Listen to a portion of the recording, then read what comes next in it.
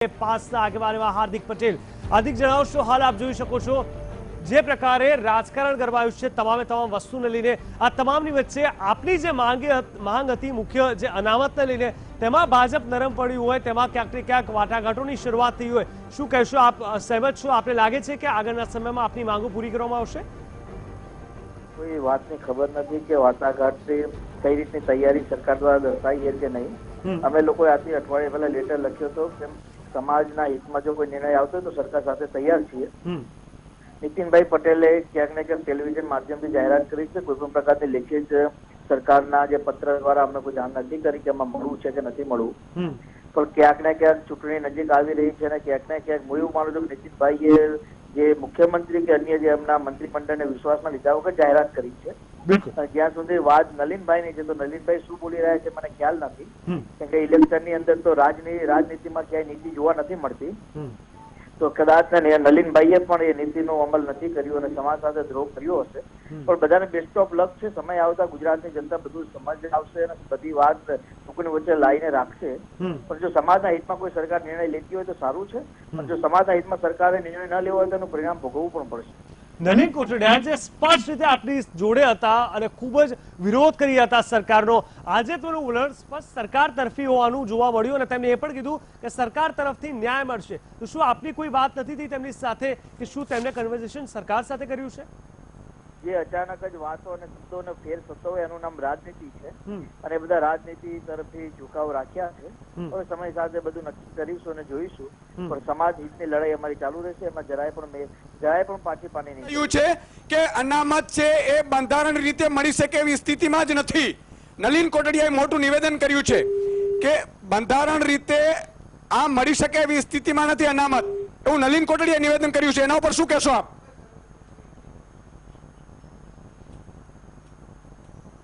જે લાગે છે સંપર્ક તૂટી ગયો છે, પરંતુ અહીંયા જોવાની વાત એ છે કે બે અલગ અલગ રીતે, એક બાજુ નલિન કોટડિયા જે સ્પષ્ટ રીતે કહી રહ્યા હતા તે પાટીદાર સમાજ જોડે હોવાની વાત કરતા હતા. આ વખતે બિલકુલ અલગ વલણ તેમનું જોવા મળ્યું, અલગ રવૈયો જોવા મળ્યો. આ તમામની વચ્ચે હાર્દિક પટેલે પણ સ્પષ્ટ કરી દીધું કે મીડિયા થકી નીતિન પટેલે જાહેરાત કરી હતી, પરંતુ લેખિતમાં કોઈ પણ રીતે કોઈ જાહેરાત નથી કરવામાં આવી. એટલે સવાલ અહીંયા એ જ થઈ રહ્યો છે કે શું અહીંયા કોઈ મોટું રાજકારણ થઈ ગયું છે? નલિન કોટડિયા જે રીતે અહીંયા સ્પષ્ટ રીતે ભાજપ તરફી જોવા મળ્યા, શું કોઈ મોટું રાજકારણ અહીંયા રમાઈ ગયું છે અને એટલા માટે સમાજ કરતા સરકાર વધુ અગત્યની બની છે? ઈસુભાઈ, આપ શું કહેશો કે અહીંયા કોઈ ને કોઈ રીતે માત્ર ચૂંટણી લક્ષી આ કોઈ નિવેદન હતું કે સાચા અર્થમાં પાટીદારોને મનાવવાની તેમની જે કોઈ પણ ડિમાન્ડ છે પૂરી કરવાની અહીંયા કોશિશ કરવામાં આવી છે?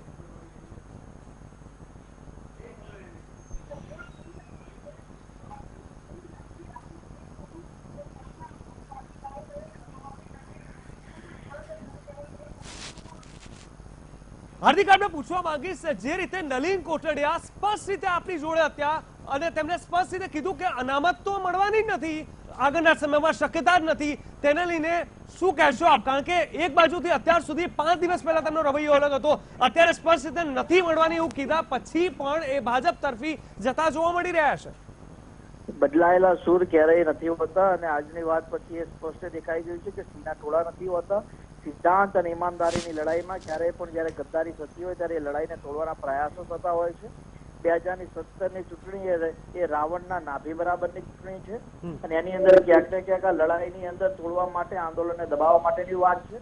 મહત્વની બાબત એ છે કે જો ધારાસભ્યો 20 થી 25 કરોડ રૂપિયામાં ખરીદાઈ જતા હોય તેનો મતલબ એમ છે કે આંદોલનકારીઓ ધારાસભ્ય કરતા મોટા બનીને પોતાના સમાજ હિતની વાતમાં મજબૂતાઈથી લડી રહ્યા છે. નલિનભાઈ નલિનભાઈને બેસ્ટ ઓફ લક સમાજ હિતની વાત કરે. હાર્દિકભાઈ, હું આપને પૂછવા માંગીશ કે નલિન કોટડિયાનો જે રીતે તેવર બદલાયો છે એ જ તેવર અમે જોયેલો હતો કે જે આંદોલનના માટે જ લડતા હતા એવું ભાજપ સામે પડ્યા હતા. આજે જે નિવેદન આવ્યા છે એમાં સ્પષ્ટ આવ્યું છે કે ક્યાંક ને ક્યાંક અનામત તો મળવાની નથી, પરંતુ એમણે એવું પણ કીધું કે ભાજપ સરકાર, અમારી ભૂલ હતી ભાજપ સરકારને મોડું આપવામાં. શું કહેશો, નલિન કોટડિયાને કોઈને કોઈ રીતે લાલચ આપવામાં આવી હશે અથવા તો એને એ રીતે ખરીદવાનો કોશિશ થઈ હશે? પ્રથમ વાત કે નલિનભાઈ એટલું સમજી ગયા છે કે અનામત નથી મળવાની તો સમાજને ત્યાંથી સમજાવે કે અનામત કઈ રીતે નથી મળવાની. બીજી વાત કે અમને એવી ખબર છે કે ભારતીય જનતા પાર્ટી અનામત આપશે અથવા ભારતીય જનતા પાર્ટી ન્યાય આપશે તો અત્યાર સુધી ભારતીય જનતા પાર્ટીને વિરોધમાં બોલવાનો મતલબ શું હતો? ક્યાંક ને ક્યાંક રાજનીતિ એવી રમાઈ રહી છે કે આંદોલન અને સમાજના 1 કરોડ 20 લાખ લોકોને થોવાનો પ્રયાસ થઈ રહ્યો છે. અમિત શાહ અને ભારતીય જનતા પાર્ટીના લોકો પૈસાથી માંડીને સામદામ દંડભેદથી લોકોને ખરીદી રહ્યા છે. છેલ્લા કેટલાય સમયથી નલિનભાઈના સંપર્કમાં હતા, પણ વારંવાર એમની એક જ વાત હતી કે મને 6 વર્ષ માટે સસ્પેન્ડ કરી દેવામાં આવે તો. એવા મુદ્દાઓ સાથેની વાત હતી, એટલે અમે બીજી એમની સાથે વાત પણ નથી કરી. પણ મેં પહેલા પણ કહ્યું કે best of luck, wish you all the best. Bharatiya Janata પાર્ટીમાં જઈને આ પાટીદાર સમાજને ન્યાય અપાવી દો. અમે સૌ આપની સાથે છીએ, પણ વાત એક જ છે કે લડાઈ આમને આમ ચાલુ રહેશે. અમે લોકો અને જનતાથી બનેલા છીએ. કોઈ 2 કરોડ રૂપિયાની ચૂંટણી લડીને જનતાના વોટ લીધેલા નથી. કોઈ 45,000 કે 50,000 વોટ મેળવીને ચૂંટણી લડેલા નથી. 1 કરોડ 20 લાખ પાટીદારોના સહયોગથી આ લડાઈ ચાલુ છે અને ચાલતી રહેશે. તો હાર્દિક, એક વાત સ્પષ્ટ છે, અત્યારે માની શકાય નલિન કોટડિયાનો જે અત્યારે મંતવ્ય છે અને જે સરકાર તરફી ઝૂક્યા છે, ભાજપ કોઈ ને કોઈ રીતે એ તમામ પાટીદાર આગેવાનો અને જે લોકો સરકાર સામુ હતા તે લોકોને પોતાની તરફી કરવા ભાજપ અત્યારે સફળ થઈ છે અને આંદોલનને દબાવવા માટે ભાજપ અત્યારે આગળ આવી છે એવું કહી શકાય.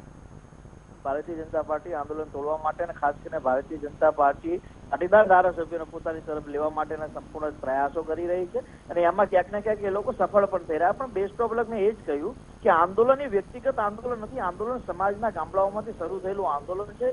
ગામડાથી માંડીને શહેર સુધી પહોંચેલું આંદોલન છે. આપને પણ ખબર છે કે ગુજરાતની સરકારથી માંડીને કેન્દ્ર સરકાર સુધી આ લડાઈના એક પડઘા પડેલા છે. આ લડાઈ શાંત ન થાય, કોઈ વ્યક્તિગત લડાઈ હોય કે હાર્દિક પટેલ એકલો લડતો હોય તો આ લડાઈ શાંત થઈ ગઈ હોત, નલિન કોટડિયા એકલા લડતા હોય તો આંદોલન શાંત થઈ ગયું હોત. પણ આ લડાઈ સમાજ હિત માટેની છે અને સમાજ હિતની લડાઈમાં ક્યારેય કોઈ વસ્તુ શાંત નથી થતી.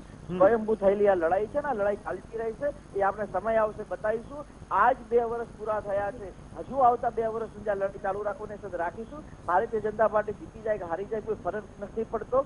24 વર્ષની ઉંમર છે અને 24 વર્ષની ઉંમરમાં ઘણું બધું સહન કરી લેવાનું કરી લીધું છે. ફરીથી ભારતીય જનતા પાર્ટી ઈચ્છે રાજકોટ જેલની અંદર મોકલશે અથવા સેન્ટ્રલ જેલની અંદર મોકલશે, પણ લડાઈ એ માનવ હિત સાથે અને સમાજ હિત માટે ચાલતી રહેશે. પરંતુ હાર્દિક, જે રીતે નલિન કોટડિયાને ભાજપ સમજાવવામાં અત્યારે સફળ થયું એવું લાગે છે, બીજા એ આગેવાનો તમારા જ પાટીદાર સમાજના કે જેમાં પણ જો આગળના સમયમાં ભાજપ પક્ષ જો સફળ થશે, જો સરકાર સફળ થશે, તો આગળના સમયમાં આપ શું કરશો, આપનું શું સ્ટેન્ડ રહેશે અને કેવી રીતે આપ આપની જે માંગ છે, આપનું જે આંદોલન છે આગળ વધારશો? દેખો, એક કહાવત છે ક્યાંક ને ક્યાંક કે જયારે ઘરના લોકો ફૂટે ત્યારે ઘર જાય, એટલે ઘર ફૂટે ઘર જાય. પણ વાત એ છે સમાજની અંદર ઘણા બધા લોકો છે. સ્વાભાવિક રીતે ચૂંટણી આવતા જો અમદાવાદ નજીકના લોકો અમારી વિરુદ્ધમાં નિવેદનો આપશે, અમારી વિરુદ્ધમાં સીડીઓ બનાવશે, અમારી વિરુદ્ધમાં નવા ષડયંત્રો રચશે, પણ લડાઈ ચાલુ રહેશે. તમે હજુ કદાચ 25 ઓગસ્ટ દ્વારા લોકોને પણ જોયેલા હશે અને અત્યારના લોકોને પણ જોયેલા હશે, પણ લડાઈ એ જ રીતે ચાલે છે. એ જ 25 ઓગસ્ટ સ્ટેજ ઉપર હતા અને આજે પણ એ સ્ટેજ ઉપર છીએ. મતલબ સમાજ હિતની લડાઈ ચાલુ રહેશે. અમારી સાથે જોડાવા માટે